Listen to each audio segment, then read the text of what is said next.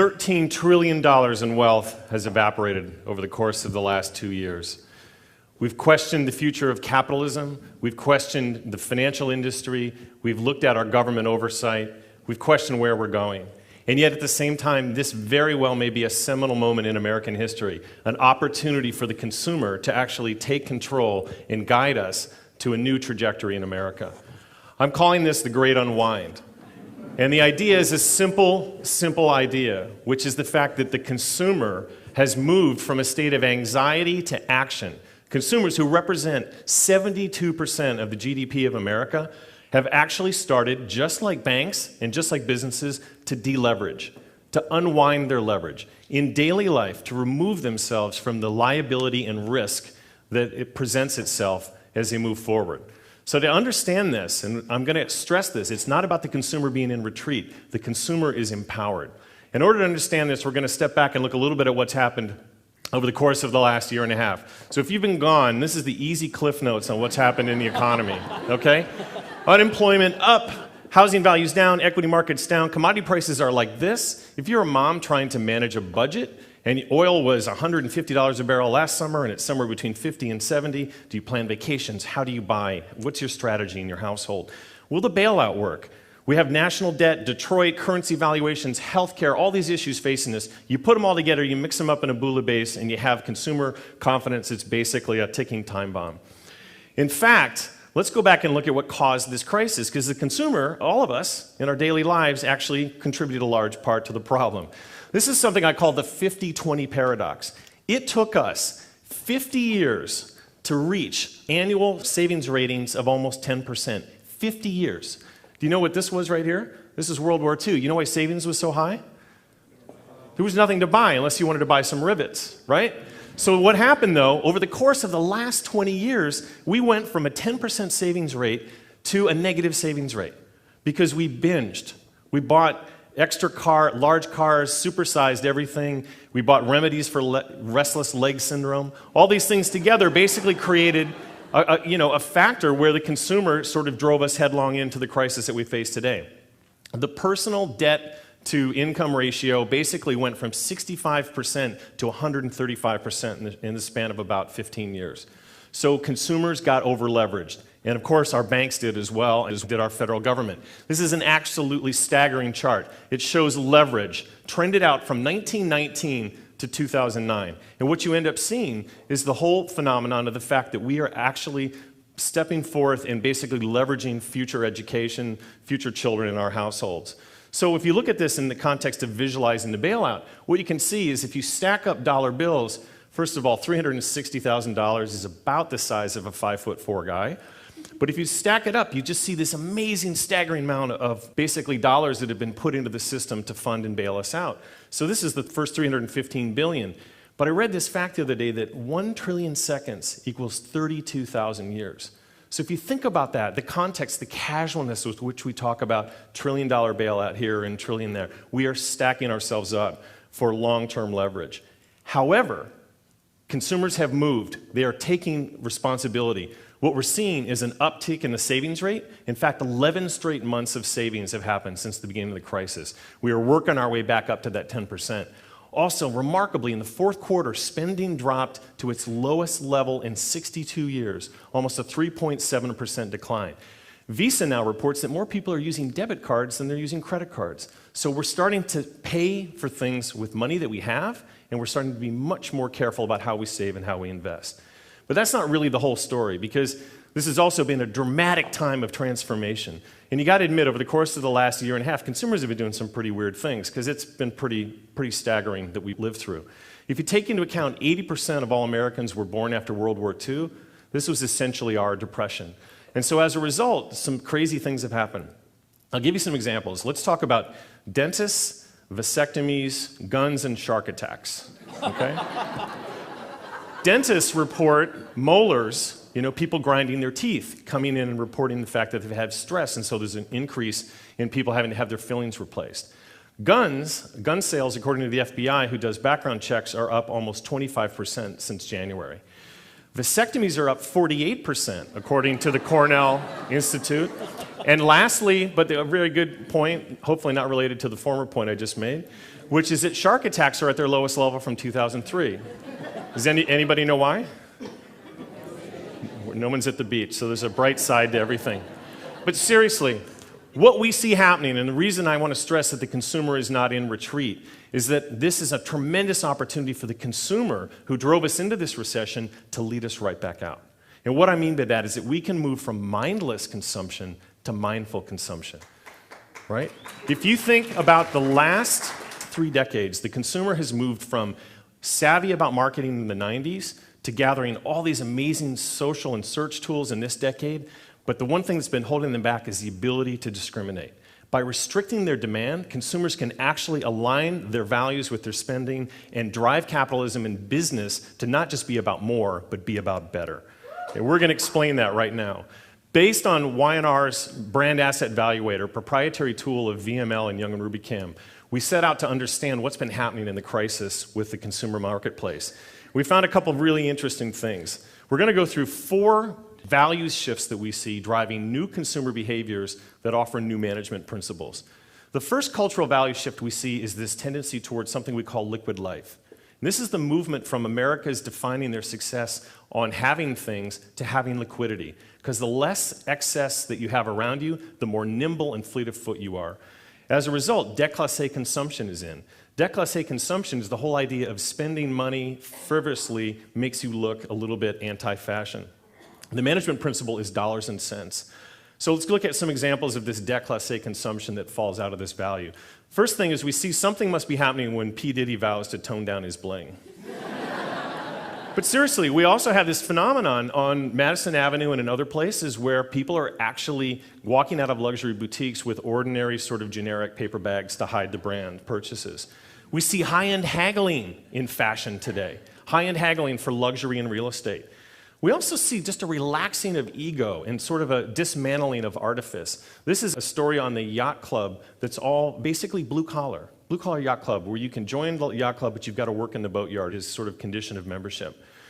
We also see the trend toward tourism that's a little bit more low-key, right? Agritourism, going to vineyards and going to farms. And then we also see this movement forward from dollars and cents. What businesses can do to connect with these new mindsets are really interesting. A couple things that are kind of cool. One is that Frito-Lay figured out this liquidity thing with their consumer. They found their consumer had more money at the beginning of the month, less at the end of the month. So what they did is they started to change their packaging. Larger packs at the beginning of the month, smaller packaging at the end of the month. Really interestingly, too, was San Francisco Giants. They've just instituted dynamic pricing. So it takes into account everything from the pitcher matchups to the weather to the team records in setting prices for the consumer. Another quick example of these types of movements are obviously the rise of Zynga. Zynga has risen on the consumer's desire to not want to be locked into fixed costs. Again, this theme is about variable costs, variable living, so micropayments have become huge. And lastly, some people are using Hulu actually as a device to get rid of their cable bill. So really clever ideas there that are kind of being taken a hold and marketers are starting to understand. The second of the 4 values is this movement toward ethics and fair play. We see that play itself out with empathy and respect. The consumer is demanding it. And as a result, businesses must provide not only value, but values. Increasingly, consumers are looking at the culture of the company, looking for their conduct in the marketplace. So what we see with empathy and respect, lots of really hopeful things that have come out of this recession. And I'll give you a few examples. One is the rise toward communities and neighborhoods, an increased emphasis on your neighbors as your support system. Also, a wonderful byproduct of sort of a really lousy thing, which has been unemployment, is a rise in volunteerism that's been noted in our country. We also see the phenomenon, some of you may have boomerang kids. These are boomerang alumni, where universities are actually reconnecting with alumni and helping them with job sharing skills and retraining. We also talked about character and professionalism. We had this miracle on the Hudson in New York City, in January, and suddenly Sully has become a key name on Baby Center. So from a value and values standpoint, what companies can do is connect in lots of different ways. Microsoft is doing something wonderful. They're actually vowing to retrain 2 million Americans with IT training, using their existing infrastructure to do something good.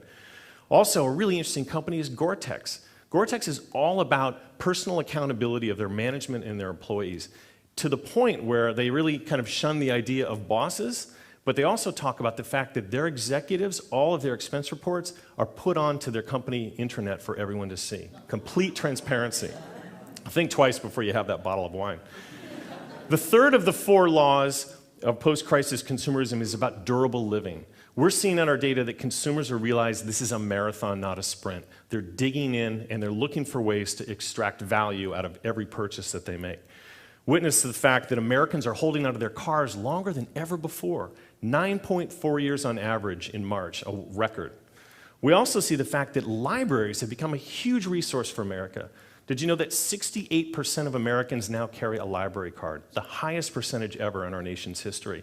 So what you see in this trend is also the accumulation of knowledge. Continuing education is up. Everything is focused on betterment and training and development and moving forward. We also see a big DIY movement. I was fascinated to learn that 30% of all homes in America are actually built by owners. That includes cottages and the like, but 30%. So people are getting their hands dirty. They're rolling up their sleeves. They want these skills.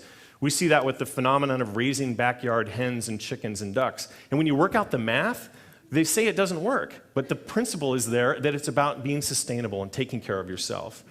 And then we look at the High Line in New York City, an excellent use of reimagining existing infrastructure for something good, which is a brand new park in New York City. So what brands can do and companies is pay dividends to consumers, be a brand that lasts, offer transparency, promise you're going to be there beyond today's sale. Perfect example of that is Patagonia. Patagonia's Footprint Chronicles basically goes through and tracks every product that they make and gives you social responsibility and helps you understand the ethics that are behind the product that they make.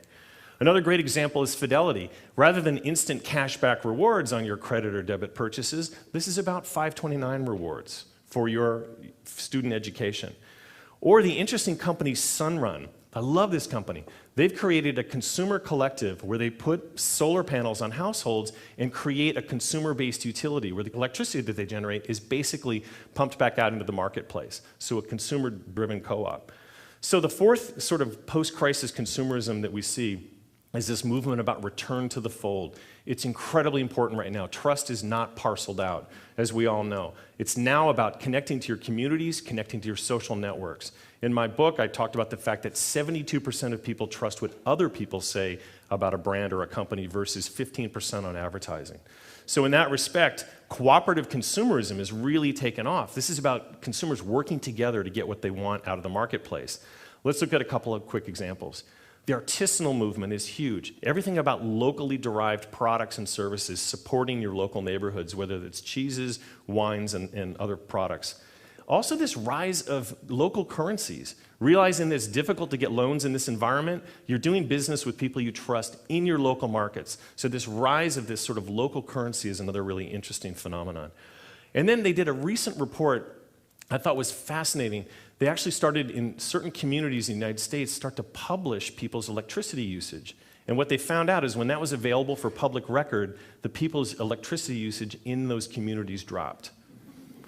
Then we also look at the idea of cow pooling, which is the whole phenomenon of consumers organizing together to buy meat from organic farms that they know is safe and controlled in the way that they want it to be controlled. And then there's this other really interesting movement that's happened in California, which is about carrot mobs. The traditional thing would be to boycott, right? Have a stick? Well, why not have a carrot? So these are consumers organizing, pooling their resources to incentivize companies to do good. And then we look at what companies can do then. This is all the opportunity about being a community organizer. You have to realize that you can't fight and control this. You actually need to organize it, you need to harness it, you need to give it meaning. And there's lots of really interesting examples here that we see.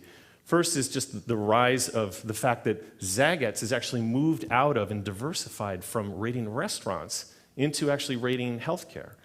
So what credentials does Zagat's have? Well, they have a lot because it's their network of people, right? And so that becomes a very powerful force for them to make their brand more elastic.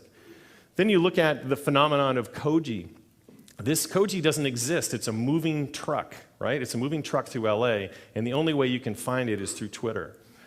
Or you look at Johnson & Johnson's Momversations, right? A phenomenal blog that's been built up where J&J basically is tapping into the power of mommy bloggers, allowing them to basically create a forum where they can communicate and they can connect. And it's also become a very, very valuable sort of advertising revenue for J&J as well. This plus the fact that you've got phenomenal work from CEOs from Ford to Zappos, connecting on Twitter, creating an open environment, allowing their employees to be part of the process rather than hidden behind walls. You see this rising force in sort of total transparency and openness that companies are starting to adopt, all because the consumer is demanding it. So when we look at this and we step back, what I believe is that the crisis that exists today is definitely real. It's been tremendously powerful for consumers, but at the same time, this is also a tremendous opportunity. And the Chinese character for crisis is actually the same side of the same coin. Crisis equals opportunity. What we're seeing with consumers right now is the ability for them to actually lead us forward out of this recession. So we believe that values-driven spending will force capitalism to be better. It will drive innovation, it will make longer-lasting products, it will create better, more intuitive customer service, and it will give us the opportunity to connect with companies that share the values that we share. So when we look back and step out at this and see the beginning of these trends that we're seeing in our data, we see a very hopeful picture for the future of America. Thank you very much.